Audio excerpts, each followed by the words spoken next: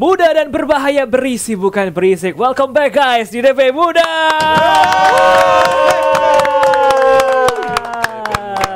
Kalau kita kan host magang nih ya kemarin ya. Kalau ini kita hari ini kedatangan tamu yang ternyata orang lama. Legend. Orang jebret tim lama. Ya.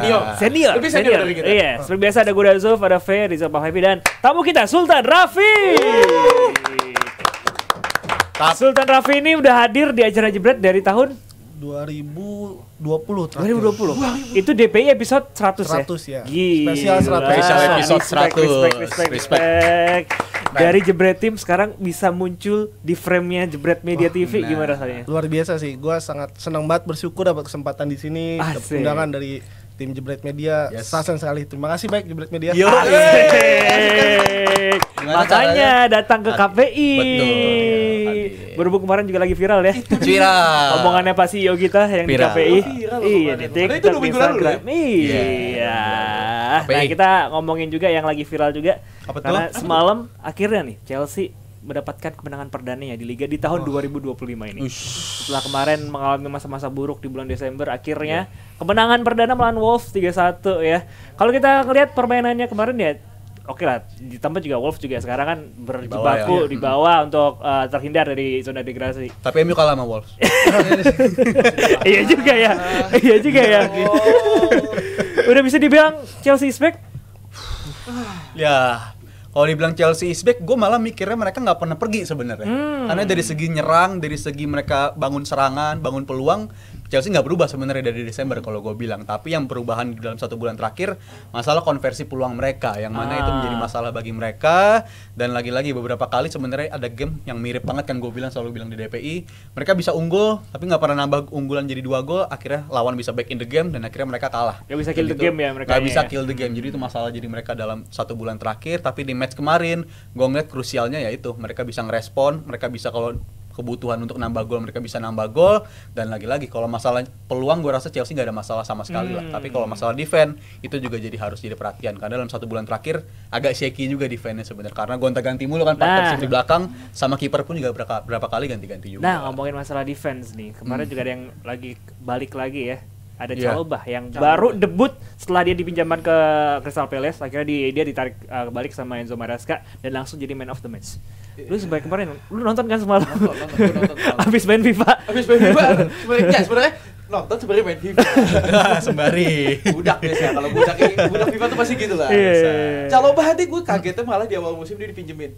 Padahal Iya. kalau gue ngeliat di center back Chelsea ini menurut gue ini pemain-pemain yang masih mediocre. Disasi, Badiashile, Tosin. Ini pemain-pemain yang sebenarnya kalau dari segi level Premier League belum teruji. Yep. Sedangkan Chalobah ini sudah punya pengalaman walaupun usia masih cukup muda, tapi sepertinya di performa musim lalu yang tidak terlalu bagus, akhirnya Enzo Maresca memilih untuk meminjamkannya ke Crystal Palace. Tapi di Crystal Palace 11 kali main, 11 kali menang ya dia. Iya, setiap ada ini ya. Setiap ada Trevor Chalobah. Jadi memang ya ini salah satu kepingan puzzle yang dibutuhkan sebenarnya oleh Enzo Maresca, dan gue menantikan sebenarnya nantinya di saat Levi Colwill datang, ini akan menjadi duet yang sangat mematikan. Plus lagi ada Reece James yang kemarin Reece bermain James bagus balik banget. ya semalam. Tapi kalau menurut lu kan ini si Chalobah ini bisa dibilang kepingan puzzle dari Enzo Maresca yang hilang kan.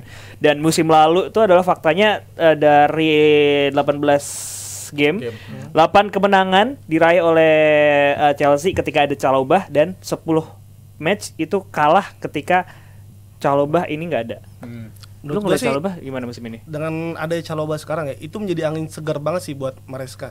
Terlebih kalau gua lihat nih dari kepergiannya Thiago Silva, gua belum melihat adanya nih back yang bisa menjadi ngelit atau menjadi poros lah di lini pertahanan Chelsea. Terlebih kan banyak banget kan back-back muda sekarang di sana. Iya. Nah, Iya. gua rasa nih Chalobah ini emang menjadi solusi tepat lah buat si Maresca. Tapi selain di center back, gue pun menyoroti pemilihan kiper ya. Entah kenapa sih Maresca ini percaya banget loh sama Sanchez. Padahal dia punya ada Jorgensen. Dia musim lalu di Villarreal justru pemain inti loh, makanya dibeli dan juga di kontrak panjang kan Jorgensen benar. sampai 2031. Ini yang buat gua agak aneh sih pemilihan soal penjaga gawang.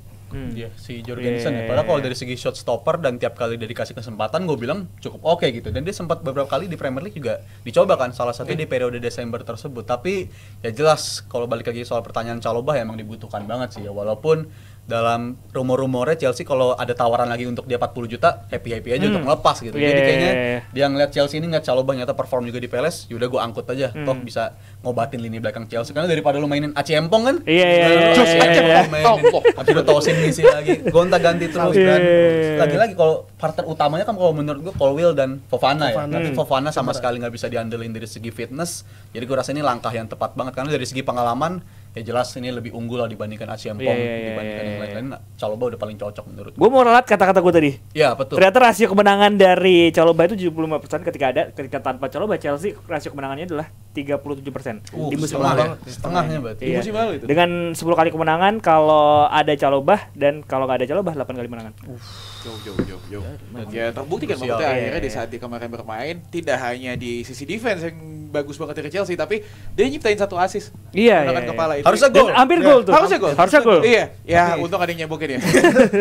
Tapi ya gue ngelihat juga dari sisi kiper kemarin Josesa juga nggak terlalu bagus sebenarnya tapi ya di samping itu performa Chalobah memang patut kita acungi jempol. Ini menjadi salah satu transfer yang cukup mengejutkan tapi membuahkan hasil instant impact bisa gue bilang bagi anak asuh Enzo Maresca. Dan mungkin duet Chalobah dan juga Levi Colwill ini bakal jadi andalan Maresca ya di sisa musim ini ya menurut lo? Gue rasa bakal jadi poros utama Chelsea lini belakang ini karena emang pilihannya nggak banyak. Iya sih. Cuma itu aja.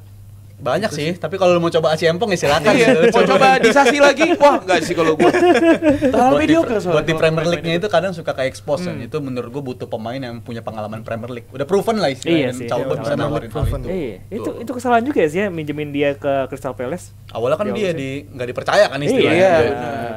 Nggak diikutin ke latihan dan akhirnya begitu ya menurut gue pinternya Maresca gue harus kasih kredit juga ke dia bukan pelatih yang gengsi untuk ngelakuin kesalahan gitu. Dia akhirnya bisa koreksi sendiri dan gue harap sih Chelsea udah masa-masa sulitnya udah lewat lah, periode dia nggak bisa menang ini bisa lewat dan mereka bisa balik ke top 4 di battle top 4 karena itu paling realistis. Kalau title race belum ya. Musim depan bisa jadi loh menurut gue loh. Bisa. Makin mateng lagi mateng. Iya kan. Betul. Ditambah kalau tadi kita ngomongin masalah di lini belakang dari Chelsea gitu kan. Di lini depan ini kayak beberapa match terakhir juga kontribusi dari Jackson. Ini makin menurun gitu kan. Karena kan di awal dia kan salah satu pemain yang improve-nya luar biasa ya. Assist dan juga golnya impact-nya buat Chelsea juga gede gitu kan dan beberapa pertandingan terakhir balik ke Slam Pabrik. Masih bisa dianggap baby Drogba kan? Ya that's why we call him baby ya.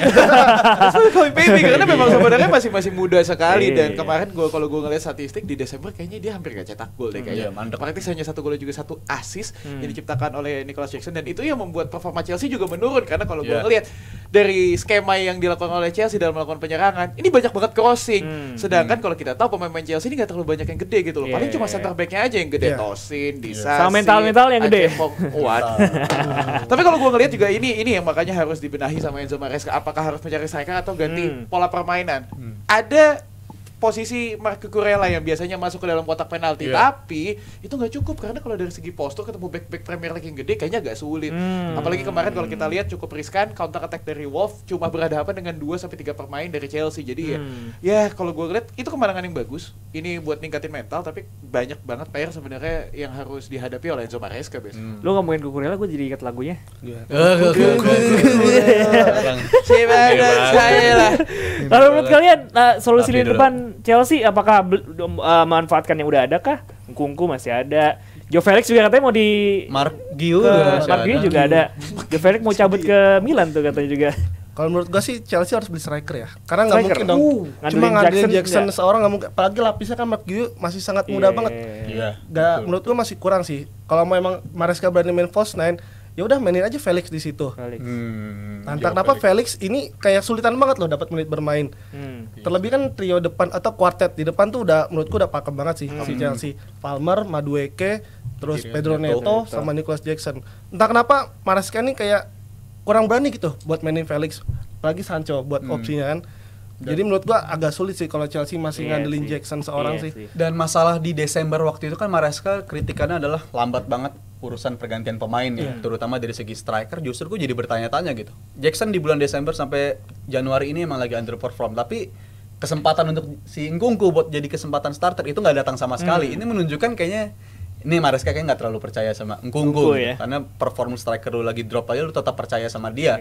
Sedangkan Nkunku kan sempat dirumorin ke kalau ada tawaran dia bakal dilepas juga kan, katanya ada Iya, domino efek dari nunggu mati stel lah, dia sama Munchen mau ada deal-dealan, tapi gue rasa akan sangat tertarik sisa 2 pekan kurang lebih untuk bursa transfer, gue rasa mereka akan bergerak untuk datengin pemain depan ya. Bahkan gue baca juga tadi Garnacho scoutingnya datang juga ke match Chelsea Nonton lawan ya? Wolves ya. Iya, Jadi iya. bisa jadi sesuatu yang bakal menghibur banget sih kalau ternyata datanginnya bukan striker murni, malah Alejandro Garnacho. Tahu Faiz sedih apa enggak kalau Garnacho pindah tuh? Sok atuh Bangga silakan, perkenankan saja. Saya Ambil sudah aja. capek ya lama ini tuh. Tapi kalau striker ya yang available juga nggak banyak kan sekarang.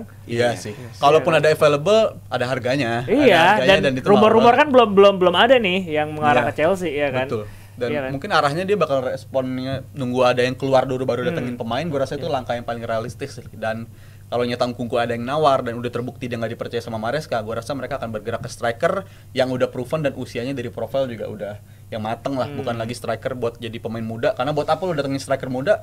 Cadangan lu masih muda-muda gitu. Iya Buat sih. apa kan jadi ngehambat perkembangan Iya pemain-pemain sih. lu juga. Jadi tertarik lah gue untuk lihat 2 pekan ke depan bagi Chelsea. Bakal nentuin make or break season mereka kalau menurut gue. Asik, Make or asik. break, ya. Apa Tapi- tadi? Make Make or break. Ih, muncul lagi kata-kata.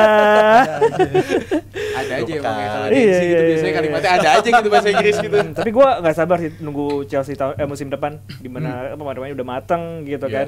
Tambah juga mungkin solusi-solusi yang mungkin musim ini mereka hadapi bisa ketemu sama yang Tapi kemarin yang gua kepo nantinya adalah tadi Rizal bilang ya 2 minggu ke depan. Tapi gue malah nunggu summer nanti. Katalog Chelsea itu banyak banget soal pemainnya.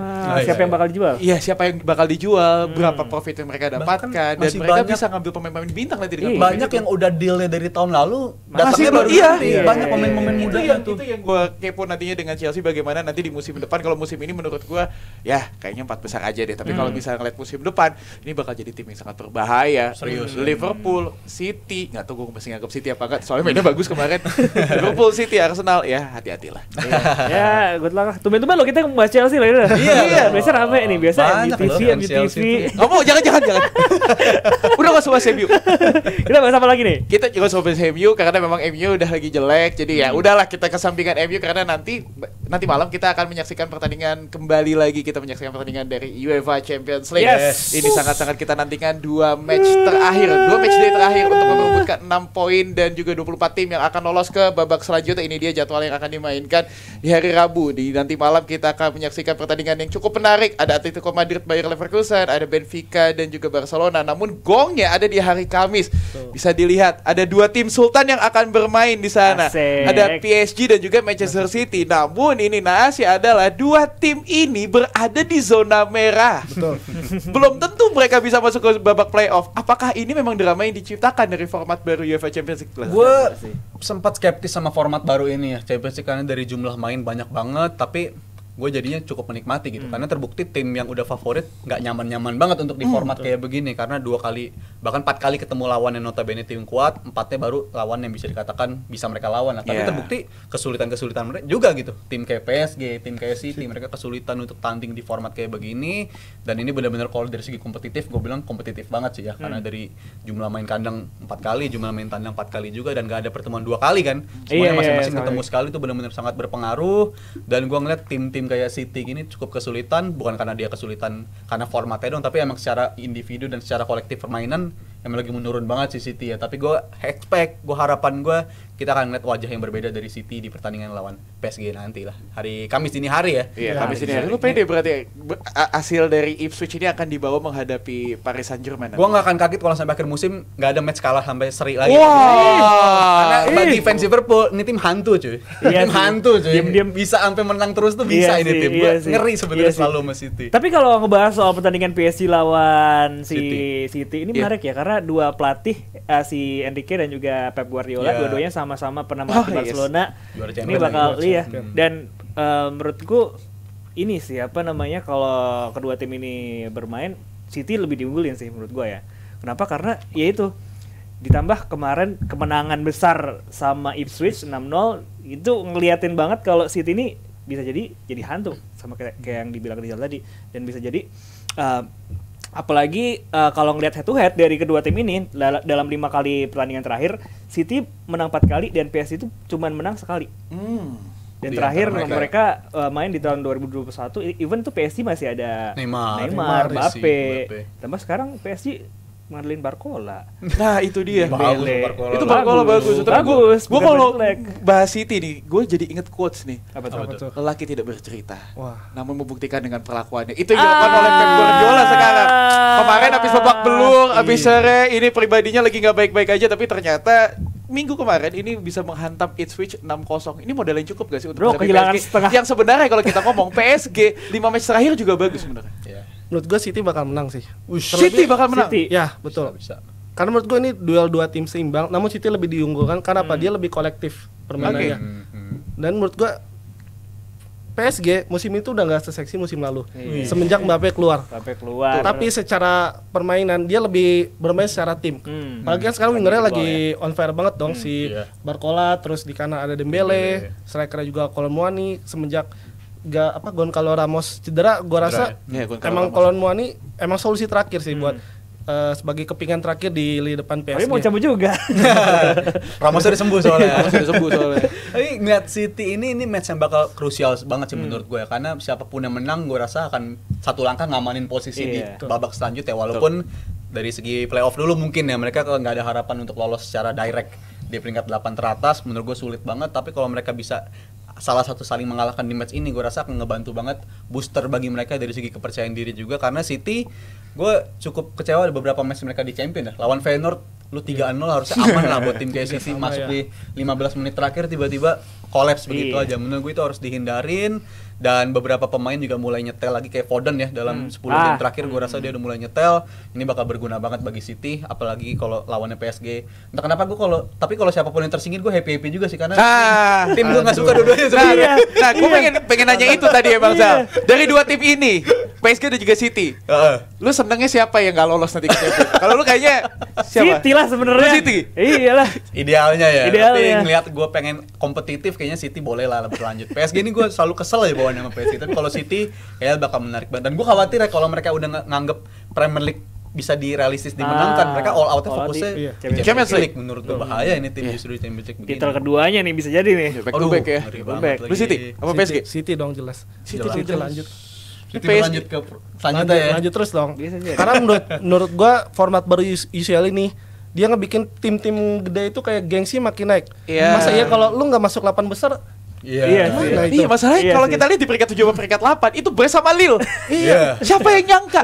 Dan mereka punya jadwal enak loh sebenarnya kayak Iya, Lille iya, emang iya. sekarang ketemu Liverpool, nanti Brest ketemu Madrid kalau nggak Ngalahin salah. Madrid kan Lille pernah. Iya, tuh. Iya, sama-sama. sama-sama. Iya. Itu makanya Gembur jadi banget. ya ini segala sesuatu bisa terjadi. Begitu juga dengan sekarang ada di peringkat kedua Barcelona ini sebenarnya tinggal 1 poin Iya. untuk mengunci top 8. Tapi mereka harus bertandang ke Estadio da Luz menghadapi Benfica. Akankah tragedi di 3 tahun lalu akan terjadi nih? Karena memang Nggak. di 3 tahun lalu lu nggak akan. Karena 3 tahun lalu ada Nunes. Nggak ada Nunes. Benfica-nya ada Nunes. Tapi Di Maria lagi on fire loh. Di Maria Di mana Fire. lagi on fire dan beberapa pemain ya yang mantan anak asuhnya Slot juga bagus kan si Kocu itu kan bersama Kocu. di Benfica. Iya. Kocu ya bacanya. Iya, susah Kocu. Kocu. Itu juga lagi inform dan secara kolektif mereka emang tim yang selalu oke lah dan kita tahu reputasi mereka selalu bisa tiap musimnya itu ada aja pemain yang berhasil mereka orbitin dan di musim ini justru yang diorbitin pemain veterannya hidup lagi ya kayak Angel Di Maria nih Iya. pemain yang Iya, bisa iya, dikatakan iya, terlahir iya. kembali dan dari segi permainan sih gue cukup menghibur karena Benfica bukan atraktif banget tapi batu juga gitu istilahnya dan mereka di liga juga bersaingnya ketat banget Sama di papan Sporting. atas sama Sporting dan ini bakal jadi match yang krusial tapi gue rasa Barcelona punya kapasitas yang cukup lah untuk ngatasin Benfica begitu. Iya. Berbicara tentang batu, kemarin masalahnya Barcelona menghadapi batu bernama Getafe. Iya. Sulit sekali ini untuk Iya. menghadapi Getafe. Tour and travel ini parkir bus, parkir minibus semua diparkir Anjir. di sana di belakang. Iya. Karena gue ngeliat emang kayaknya kurang kreativitas. Apakah memang karena level fatigue dari pemain-pemain Barcelona ini yang membuat Barcelona di saat menciptakan kreasi di depan ini seperti buntu. Iya sih, ya namanya pemain muda ya. Iya Ya sih. kan belum ada maksudnya kayak stabilitas timnya kan ya naik turun ya pasti ya. Ditambah kalau ya, tentu Barcelona juga harus hati-hati ya karena kan bisa dibilang di beberapa pertandingan terakhir Barcelona kan udah menemukan tren positif. Kemenangan di Supercopa lawan Madrid terus juga kemenangan Del dengan Rey. gol di atas 3 kebanyakan ya kan. Yes. Tapi Barcelona juga harus hati-hati kenapa? Karena Benfica ini kemarin kalahin Atletico 4-0. Nah, itu Iya yang gue bahas juga. Dia bisa ngalahin 4-0 terus juga Benfica ini tim dan yang punya produktivitas gol yang cukup tinggi. Karena dalam 18 pertandingan di Liga Portugal 41 gol. Jadi rata-rata per game tuh 2 gol. Iya. Dan Barcelona pun juga sama, tim yang produktivitasnya tinggi. Jadi menurut gue nih game yang bakal banyak gol tercipta sih. Ya apalagi Benfica juga masih memperebutkan satu tiket menuju ke playoff ya. Mereka masih berada di papan tengah playoff. Jadi sebenarnya ya kedua tim ini masih bisa mengamankan 3 poin lah. Tapi kalau dari lu Raf, ngelihat perbedaan yang sangat signifikan dari Barcelona di liga domestik dan juga kompetisi lain, faktornya apa sih sebenarnya? Menurut gue dari segi mentalitas sih. Gue liat mentalitas Barcelona di UCL ini kayak lebih keluar dibandingkan di La Liga. Kalau lihat hasil-hasil match di UCL, apa ya? Barca lebih efektif dalam permainan, terutama dari serangnya ya. Walaupun mereka hanya mengandalkan Lewandowski seorang tanpa ada backupnya, tapi disitulah mentalitas DNA Champions League Barcelona keluar. Punya DNA juga. Punya DNA. Gak cuma Madrid doang dong. Sangat punya DNA. Bahkan gue yakin kalau musim lalu lawan PSG Araujo nggak kartu merah, gue rasa outputnya mereka nggak akan tersingkir di babak quarter final gitu. Gue rasa mereka akan berlanjut karena gue setuju sama Raffi dari segi output serangan di entah kenapa gue ngerasa pola permainan Barca itu selalu cocok gitu kalau di Champions League belakangan ini ya. Walaupun 2 tahun lalu, 3 tahun lalu selalu tersingkir fase grup. Tapi 2 tahun terakhir gue ngerasa mereka tampilannya cukup cocok. Contohnya di musim terakhir sama Xavi dan di musim ini. Mereka lawan Munchen salah satunya gue ngerasa efektivitasnya bagus banget. Dan itu sih menurut gue yang perbedaannya, cara main mereka itu lebih cocok diterapin di sistem-sistem kayak begini. Kalau di Liga kan mereka ngelakuin juga sistem yang sama. Tapi awalnya bagus tapi lama-lama kan karatan juga kan. Tim-tim udah mulai bisa nge-expose area pertahanan mereka yang tinggi, tapi di Champions League somehow mereka selalu bisa dapetin hasil dan secara gregetannya kan juga pemain-pemain itu beda ya. Manfaatin pemain tim di liga sama sistem competition kayak begini pasti secara permainan juga berbeda dan itu menurut gue benefitnya banyak banget bagi Barcelona. Asal mereka nggak ada yang cedera, menurut gue ini seharusnya bisa mereka tuntasin lah untuk ngamanin posisi. Itu topik yang menarik sedikit tadi sebelum masuk ke topik selanjutnya ya, karena memang Benfica ini tim yang adaptif, bisa melakukan penyerangan secara masif tapi juga bisa melakukan pertahanan yang benar-benar parkir bus. Nah, ini menghadapi Barcelona yang kesulitan untuk menghadapi parkir bus. Akankah nantinya bisa menjadi batu sandungan ini dari Benfica? Gue rasa itu bakal template yang dilakuin ya, karena berkaca dari 1 bulan terakhir bagi Barcelona, mereka dominan. Contoh lawan Atletico mereka dominan banget, tapi bisa dicolong gitu sama Atletico. Gue rasa itu bakal jadi pertandingan yang istilahnya benchmark bagi mereka. Lawan Getafe juga bisa dilakuin hal seperti itu. Jadi gue rasa Benfica bakal adaptif dan mereka bakal ngelakuin hal itu, bakal jadi sesuatu yang menarik banget bagi Barcelona. Tapi untungnya bagi Barcelona, mau sampai mereka hilang poin di match ini pun gue rasa apa yang udah mereka lakuin di 6 match sebelumnya itu udah cukup buat nganterin mereka lolos. Jadi gue kredit buat Barcelona dan juga Hansi Flick musim ini. Dan pemain-pemain mudanya udah nabung sih, udah nabung poin. Jadi menurut gue udah cukup lah bagi Barcelona. Lolos sih lolos. Kalau kalah juga gak akan gue bahas hasil apa-apa menurut gue. Karena masih ada 1 match lagi kan nanti. Tapi kalau ngeliat ya, Dav, 3 poin buat Barcelona. Apakah nantinya mungkin ada upset? Gue imbang sih. Imbang. Oke. Imbang ya. Imbang sih. Kalau imbang, untung Liverpool udah fix yang kejar di puncak gitu, udah selesai. Liverpool kayaknya udah gak perlu ada gangguan lagi sih. Iya, karena 1 poin lolos. 1 poin doang, butuh 1 poin doang. Hanya butuh 1 poin untuk bisa mengunci posisi pertama bahkan. Iya. Menghadapi Lille. Nah ini pertandingan selain dari yang kita bahas nanti, ada beberapa pertandingan lagi nggak yang kayaknya lu pengen nonton gitu? Liverpool. Gua rasa pasti Liverpool. Selain Liverpool lah, tolonglah. Kalian fans Liverpool janganlah tolong bahas Liverpool. Gua rasa Madrid juga sih ya. Madrid juga nggak nyaman-nyaman banget kan di Champions League musim ini. Gua rasa kalau mereka bisa ngelanjutin tren positif di match sebelumnya di Champions League, gua rasa mereka bakal ngamanin diri lah. Apalagi belakangan mulai muncul juga rumor Ancelotti bakal cabut ya. Gua rasa sih untuk one last dance ini bakal menarik kalau gue ngeliat Real Madrid bisa manfaatin di pertandingan sisa 2 ini untuk bisa lolos di babak selanjutnya. Gue ngarepin sih Madrid juga bisa mulus lah di match day kali ini bagi Madrid. Aston Villa juga sih menurut gue. Aston Villa ketemu siapa ya? Bentar. Monaco. Nanti ya. Monaco iya. Susah. Karena Aston Villa di Champions League oke sih. Iya, jadi emang benar-benar tim-tim yang tidak terprediksi ini bahkan berada di top 8. Jadi kita lihat aja nantinya apa. Nih coba kita lihat prediksi nih tipis-tipis nih. Aduh, prediksi lagi kemarin gue salah lagi. Dihukum gue mau fans Arsenal masalah kemarin. Leverkusen juga seru. Leverkusen Atletico seru sih itu. Mereka udah adaptif banget soalnya. Dan Leverkusen ada di top 8 kalau nggak salah. Iya. Dia di atasnya Aston Villa. Satu-satunya ngalahin Inter juga di musim ini di Champions League. Gue rasa Alonso ini benar-benar adaptif dan gue makin ngeliat kayak arahnya nih calon pelatih elit ini mah, gue bilang elite level udah ya. Alonso. Jalan pelatih. Siapa Raf? Madrid. Calon pelatih. Calon. Siapa Raf? Kalau gue sih menarik Milan Girona ya. Milan Girona, oke. Oh iya, Milan karena gue lihat Milan di UCL ini kayak 2 mata yang berbeda sama di Serie A loh. Tambah pelatih baru. Iya, pelatih baru. Gue lihatnya pede banget sih. Karena di sebelumnya pun si Fonseca bilang dia ngelawan Madrid bilang statementnya lebih mudah dibanding lawan kayak Cagliari. Parah Madrid ini. Karena apa? Karena di UCL ini banyak banget tim yang bermain terbuka gitu. Kalau di Serie kan Fonseca waktu itu ngeluh, wah ini baik yang main to main marking. Nah sedangkan di UCL ini banyak banget tim yang bermain terbuka dan menurut gua Milan bisa lebih survive sih di UCL dibandingkan di Serie A. Enak banget ya pas lawan Madrid main. Iya. Bahkan mereka statusnya sampai sekarang satu-satunya tim yang ngebobolin Liverpool di babak fase Iya, sekarang. iya, Iya, dan Emang faktanya ini wajah mungkin berbeda. kayaknya pertandingan pertama Konseka ya untuk di UCL ya? UCL, Betul. Makanya nanti kita lihat aja. Pastinya akan ada pergantian juga menuju bulan Februari karena transfer window masih berjalan dan selanjutnya kita akan membahas mengenai transfer window. Itu dia. Pembahasan transfer window bakal gua yang nge-lead dan tim yang kita bahasnya tim yang tadi kita udah singgung-singgung juga tuh, City dan PSG. Tapi gua bakal bahas City dulu karena gua denger lu suka sama City ya. Iya, Lu ternyata fans City. Simbolis. Rival nyata ini. Dan City walaupun kayaknya nanti malam belum akan diperkuat sama pemain-pemain Iya, barunya, belum. tapi yang udah kencang banget kan mereka bakal dapat 3 pemain. Yes. Dan menurut lu 3 pemain ini dari untuk jadwal yang bakal mereka hadapin itu juga berat-berat di Premier League ya. Apakah ini pemain yang emang akan instant impact, apa lu ngeliatnya ini bakal prospek jangka panjang aja gitu? Sejauh ini gue lihat rekrutan City, dia banyak rekrut pemain muda.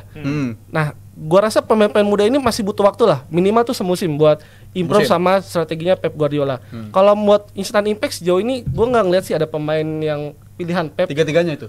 Iya, menurut gua masih harus adaptasi dulu. Lagi si Marmos ya untuk lini depan. Gua lihat sih dia pengganti ideal dari Alvarez. Yes. Dia karena versatile juga kan, bisa cewek, bisa ngelebar. Cuma baik lagi, setiap pemain yang masuk City pasti harus adaptasi dulu sama strategi Pep. Nggak semua pemain bisa langsung improve karena kalian tahu sih Pep strateginya. Standarnya. Savinho masuk langsung jadi pilihan utama walaupun Tapi kan itu di awal-awal doang. Iya. Buat nyetel emang. Buat nyetelnya pemain. susah sih, Iya. tapi langsung jadi pilihan utama kan. Iya sih bisa. Ngalahin Foden Karena lagi. Oscar Bope cedera. Kalau lu sendiri ngeliat dari 3 pemain ini bisa dikatakan akan menyelamatkan musim mereka nggak? Instant impact ya menurut lu 3 pemain ini? Karena Bisa jadi 2 sih. pemain belakang, 1 pemain depan. Iya, gitu. iya, bisa jadi karena terutama pemain belakang ya, karena kan kita tahu lini belakang City ini lagi rebuild ya, Rapuh ya, rapuh ngebangun banget. ulang gitu kan, ditambah kemarin, ya kalau ngeliat pertandingan kemarin deh lawan Ipswich Yes. itu cuman ada 2 back, bahkan di bench gak ada back sama sekali, ada pemain akademi sih, lupa dan namanya Muda gue. itu ya. Pemain muda ya. akademinya. Jadi emang ditambah Ruben Dias kemarin sempat cedera nggak injury prone juga, jadi nambahnya si Abdul Qadir Kosanov yang namanya Indonesia banget tuh Abdul Qadir. Dan juga Victor Reis ini juga salah satu prospek jangka panjangnya Pep untuk ngebangun kembali lini belakang mereka, ditambah nanti Kelly Walker juga kabarnya bakal cabut. Milan ya? Si Reis ini kan juga bisa di kanan juga. Ya, Jadi betul, bisa apa namanya buat jadi backup juga nanti entah Iya. siapapun yang bakal di kanan. Tipe pemain Pep banget gak nih menurut lu 3 pemain didatengin ini? Versatile. Versatile. Tiga-tiganya versatile. Kusanov juga tidak hanya bermain di CB, bisa Betul. juga untuk bermain di flank juga. Walaupun memang nggak terlalu bagus, tidak seperti bermain di CB. Victor Reis juga tadi udah dibilang Dava versatile. Namun yang gue paling tunggu permainannya udah pasti Omar Marmoush, 2 kali Player of the Month Bundesliga musim ini. 18 gol, 11 assist sejauh ini. Yes. Ini pemain komplit banget. Dia punya fisik bagus, dia punya teknik bagus, dia punya kengototan, dia punya semuanya. Set piece bahkan Iya. bagus. Ya Bagus. kan dia punya Alamatnya set sih. piece, deadly set piece. Kita pernah ngeliat free kick dia bagus banget pelengkung Iya. waktu itu di match Bundesliga. Jadi gue gak sabar banget, tapi yang gue tunggu adalah siapa yang akan digantikan nantinya. Karena ada Erling Haaland pasti. Posisi dia kan sebenarnya kan di striker kan. Ada Yeah. Erling Haaland di sana. Main di kiri, main di kanan, menurut gue bukan posisi terbaik dari Omar Marmoush. Jadi apakah nantinya akan mengganti skema menjadi 2 striker? Ini yang gue juga tunggu. Karena sebenarnya mubazir kalau bahasanya tuh. Iya Nggak sih. mainin Marmoush sama Haaland berduaan di depan. Padahal udah punya Doku, udah punya Savinho. Bisa main crossing mungkin. Iya, ya, benar. Ini bakal jadi penempatan dia bakal jadi Iya. sangat menarik ya. Tapi tadi udah disinggung juga nih Vigo mau nanya ke lu soal Walker yang OTW cabut. Tapi kalau berkaca dari pendatangannya kan pemain yang bisa dikatakan buat regenerasi lah, muda-muda juga. Selain Walker menurut lu ada nggak pemain yang kayaknya udah karatan dan kayaknya udah waktunya untuk diregenerasi ini? Buat gue udah jelas sih di tengah ya. Terutama siapa aja KDB sama Gundogan. KDB. Yes. Kontrak Udah belum ada waktunya. titik terang ya sampai akhir Belum. musim ya. Iya, bener. Yang malah isi Haaland ya yang perpanjang kontrak ya. Iya, Sampai panjang 2034. banget. Iya. Karena KDB. ya menurut gue pertama Gundogan, gue sebenarnya agak menyesali kenapa dia datang lagi ke situ. Karena menurut gue periode kedua dia ini kurang memuaskan. Menurut dia cukup di periode pertama dia live sebagai legend, dia Ya. bawa treble. Trophy ya, Menurut gue itu udah cukup banget sih. Jadi nggak usah periode 2 periode. Menurut gue nggak usah. Waduh. 3 periode apalagi. Jangan, Itu di jangan. Salah jadinya kan. Oh, maksudnya ini si Gundogan bukan yang lain. Karena relevan Ronaldo juga gitu kan. Iya. Udah kedua malah Ya. bagus. Loh, nggak bagus. Nggak bagus periode kedua. Nggak bagus. Penaknya nggak bagus sebenarnya. Oh, Ada lagi nggak? Jelas sih Gundogan sama KDB karena walaupun City sekarang James McAtee terus ada pemain Argentina tuh gue lupa siapa. Echeverri. Echeverri. Iya. Cuma menurut gue ini pemain masih belum matang lah, masih mentah. Karena gap antara KDB, umur KDB sama pemain muda ini terlalu jauh, nggak ada mid generasinya. Nah itu yang saat gue sesali. Harusnya City itu datengin pemain lini tengah yang usia matang lah, umur 25-26 yang bisa nge-backup para seniornya. Kova menurut Enggak sih, menurut gua Kova juga. Berarti semuanya nih gelandang bakal bersih-bersih. Gua sih nih. gelandang yang gua suka ya pure KDB aja sama Rodri. Menurut gua di tengah City itu benar-benar musim ini jomplang banget. Skuadnya nggak sedalam musim-musim sebelumnya. Makanya kelihatan hasilnya musim ini benar-benar awal-awal musim karatan banget. Bahkan sampai Desember. Nah, gua rasa Pep udah pelan-pelan mencoba memikirkan nih solusi gimana. Pelan-pelan James McAtee mulai dipercaya lagi kan. Sebelumnya dia udah disekolahin ke beberapa klub championship dan lain-lain. Nah, gue tunggu banget comebacknya Oscar Bob. Karena di Community Shield dia awal itu mainnya keren banget, bener-bener versatile. Gue liat kayak wah, nih pemain kayak style kayak Mahrez nih, tekukannya, teknik-tekniknya. Cuma ya mau gimana, cedera panjang di awal musim. Gue jadi kepo maksudnya dia tadi ngomong Nunes nih di sell. Ini kalau main keep and sell, ini semuanya sell semua. Benar semua di sell di lini tengah. Udah waktunya. Siapa yang main masalah ini tengah gue juga bingung. Lu nambah Nunes untuk yang keep and sell gini, menurut lu regenerasi salah satunya harus ada Nunes yang bakal di. Ya masih perlu dikasih kesempatan lah, fakultas. Kasih kesempatan lah, walaupun memang pasti kasih kesempatan kemarin ya nggak terlalu bagus. Tapi lu sepakat gelandang yang harus diregenerasi apa? Semua lini harus ada regenerasi juga. Semua lini harus ada regenerasi. Ini eranya Manchester City akan membangun kembali menurut gue karena GP memang tadi sudah dibilang terlalu jauh ya. Jadi ini saatnya City kembali membangun dengan anak-anak muda yang sudah ada sekarang. Ada Echeverri, ada McAtee juga bakal promosi. Oscar Bob sih sebenarnya itu menjadi salah satu pemain kunci mungkin nanti di masa depan. Apalagi kalau kita tahu posisi di wing kiri dan juga wing kanan ini juga belum ter-establish. Doku, Savinho ini masih belum bisa nyetel sama permainan dari Pep Guardiola. Namun Oscar Bob di usianya masih sangat muda, di pengalaman yang masih sangat sedikit, menurut gue ini bisa menjadi salah satu faktor kunci di musim depan untuk City. Lu terakhir dari City setuju tapi bersih-bersih. Iya sih, tapi yang gua apresiasi adalah scoutingnya City sih. Nah, kenapa dia tuh bisa menemukan pemain-pemain yang di luar radar gitu ya. Siapa yang mikir sih Abdul Qadir Kosanov bisa ke City, Savinho, terus juga si Victor Reis juga. Jadi kayak ada tiba-tiba pemain gitu dengan harga yang katakanlah nggak yang overpriced gitu, gak kayak MU kalau beli pemain. tapi belum kebukti loh. Tapi caranya. Ya kan bisa beli Haaland dengan harga berapa tuh? 60 juta ya? Kalau itu aneh sih. Deal banget sih ya untuk si City dan Haaland. Tapi kalau gua ngeliat sih City emang harusnya kayak begini gitu. Karena dari periode-periode sukses dia kan walaupun Walker legend tapi dulu Aguero juga legend. Nggak dikasih cinta apa-apa tuh ya lu pergi aja gitu. Mereka benar-benar ruthless istilahnya, mereka kejam banget soal pemain dan itu resep mereka sukses. Yang gue sayangkan sih satu aja. Sebenarnya mereka ngelakuin rebuild ini, mereka nggak perlu ngelakuin ini kalau dulu pertahanin si Palmer, pertahanin Morgan Rogers, itu semua bisa dilakuin rebuild lebih hemat kalau dia pertahanin pemain-pemain kayak begitu. Tapi ya inilah City, inilah Pep Guardiola dan dia belajar mahal banget harganya dari musim kemarin. Dan kita beralih ini tim yang sama-sama kaya juga nih. Kaya juga yaitu PSG yang udah dapat pemain Maradona yang udah datang ke tim mereka, tapi lagi-lagi mereka akan ngebuang si Kolomuani tapi ngedatanginnya bukan seorang striker gitu. Ngedatanginnya lagi-lagi seorang winger. Menurut lu apa yang menjadi target mereka dan kenapa mereka pergerakannya seperti ini gitu? Simple, Project Barcola is coming. Kayaknya Barcola bakal ditaruh di striker ini karena gue ngelihat 11 gol di musim ini di League Up.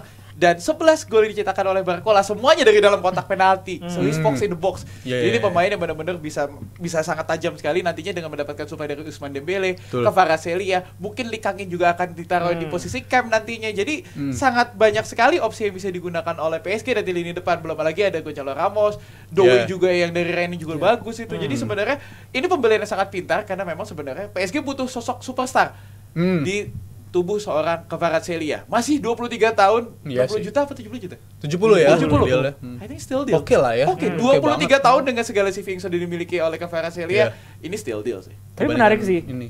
Kiri si Kvara, kanan Dembele, tengah ada si siapa tuh Barcola. Menarik sih di depan PSG ya. Kalaupun ini still deal sih 70 juta. Iya. Dengan standar dia, valuasi dia segala macam, gue rasa akan ini pembelian yang cerdik walaupun perlu pembuktian juga bagi Kvaratskhelia gitu. Dan kalau mau dicabut, mereka kan tersisa strikernya itu bisa dikatakan Gonzalo Ramos doang yang murni. Menurut lu ideal nggak strikernya biarin Gonzalo Ramos sendiri dan tadi Faye udah nyinggung soal Barcola yang bakal dipercaya geser ke tengah gitu?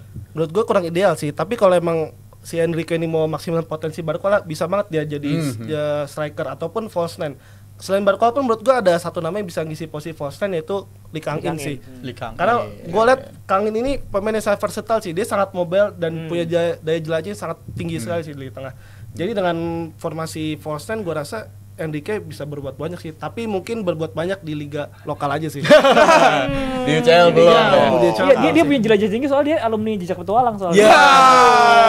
Program lama itu. Lalu dari segi pengeluaran berarti mereka di musim ini banyak juga ya. Joao Neves kan juga baru datang di awal musim ini kan dengan periode yang gede banget. Tapi kalau menurut lu sendiri, terakhir pertanyaan dari gue, Joao Neves datang untuk Kvaratskhelia datang ini pembelian yang cerdik ya untuk prospek jangka panjang gitu. Project yang bukan gimana-gimana, dan caranya menurut gue untuk PSG lebih sukses, gimana caranya mainin Fabian Ruiz itu versi Spanyol di versinya PSG itu krusial banget sih menurut lu. Iya sih menurut gue ya PSG kan ini mulai membangun lagi ya setelah kemarin keluar Mbappe, Messi, Neymar segala macam.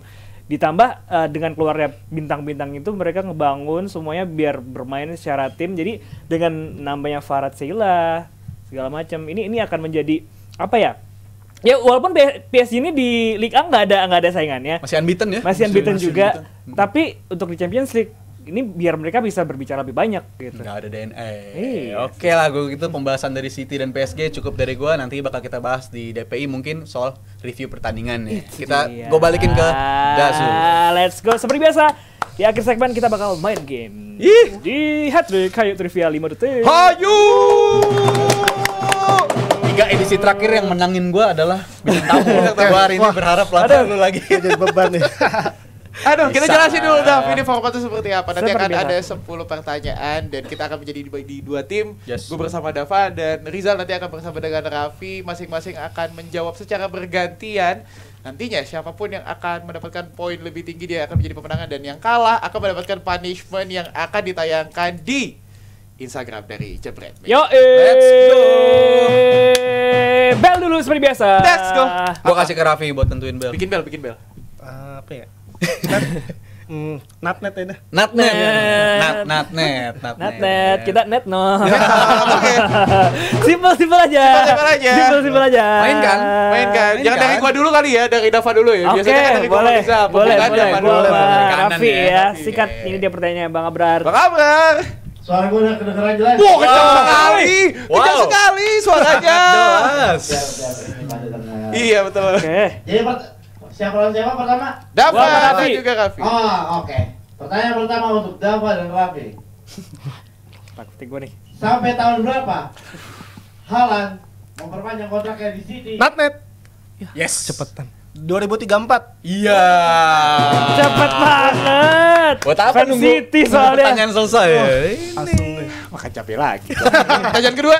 Pertanyaan kedua untuk Rizal dan Fai. berapa harga transfer Maradona dari Napoli ke Natnet. dalam euro. Waduh. Sama nggak ya? Ini yang gue baca ini 4. 70 juta. Betul. Kita ganti talent aja nih yang Let's go. Gua ada Zuf. pertanyaan ketiga Kacau deh. untuk Dazum dan Rizal. Berapa nomor punggung Maradona di PSG? Waduh. Coba dulu deh. 4. Not net. Nah, 77. salah. Natnet.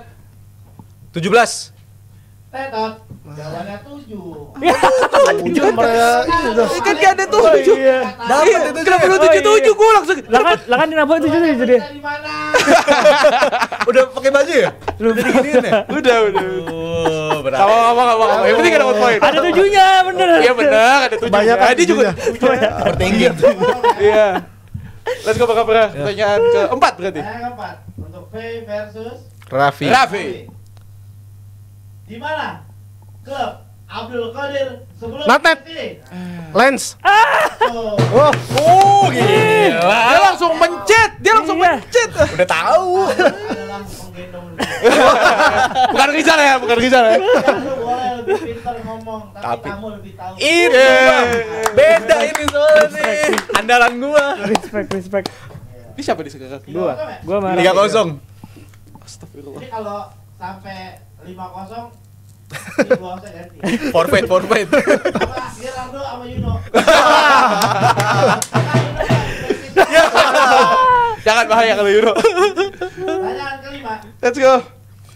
Berapa usia Omar Marlus? Not net. Not net. 20. Not 25. Betul. Let's go. Lapangan pekerjaan. 31 pertanyaan ke-6. Pertanyaan ke-6. Oke. Let's go. Siapa striker legenda yang datang di laga Chelsea semalam? Waduh, Siapa? legenda. Makanya jangan nonton mini match. Kalau nonton seluruh game, pasti dia disorot. Legenda. Enggak. Kasih clue dong. Pilihan ganda. Gua Apa? boleh ini nggak sih? Boleh ngasih. Berkembang tuh pilihan ganda. Susah. Nah, Netot deh, coba deh, gue coba deh. Not. Gue coba netot deh. Gue jawab boleh coba nggak? Hasselbank gak sih? Salah. Boleh lempar. Marwi, Dembaba. betul. Tapi Wah. nggak bisa dianggap. Iya.